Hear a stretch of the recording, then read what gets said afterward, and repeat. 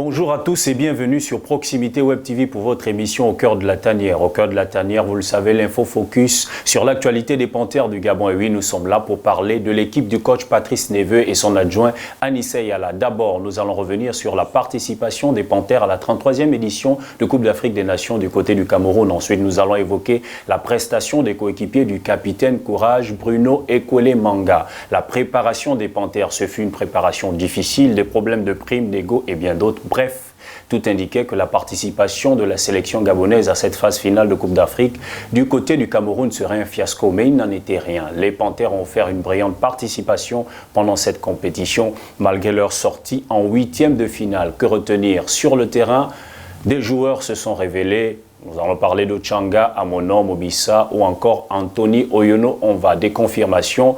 Boupenza et Alevina qui ont tenu l'attaque des Panthères du Gabon. Mais pendant cette compétition, plusieurs cadres de la sélection des Panthères du Gabon manquaient à l'appel. Pierre-Emerick Aubameyang, Mario Lemina, Didier Ibrahim Don et Aaron Apinangoy. Une équipe avec une identité de jeu qui finissait bien ses matchs. Des joueurs unis qui se battaient les uns pour les autres. C'est ce que nous avons observé sur le terrain. Que faut-il dire maintenant? Janvier prochain, il y aura la 34e édition de la Coupe d'Afrique des Nations du côté de la Côte d'Ivoire. Question, les Panthères du Gabon participeront-elles à la campagne des éliminatoires? Oui, et si tous les cadres absents de la dernière CAN réintégraient la tanière des Panthères?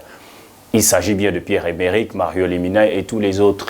Et si les questions de primes et autres étaient réglées avant, afin de permettre une bonne préparation de notre équipe pour la participation de la CAN de janvier prochain du côté de la Côte d'Ivoire?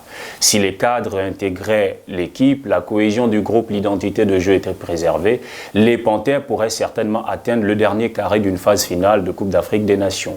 Vu que la réconciliation avec le peuple est faite, soyons unis et tous derrière les Panthères du Gabon pour une meilleure performance lors de ces éliminatoires et surtout pendant la CAN 2023 du côté de la Côte d'Ivoire. Merci à tous, c'était là votre émission Au cœur de la tanière. Nous nous disons à très bientôt pour un prochain numéro. D'ici là, portez-vous bien. Ciao, ciao.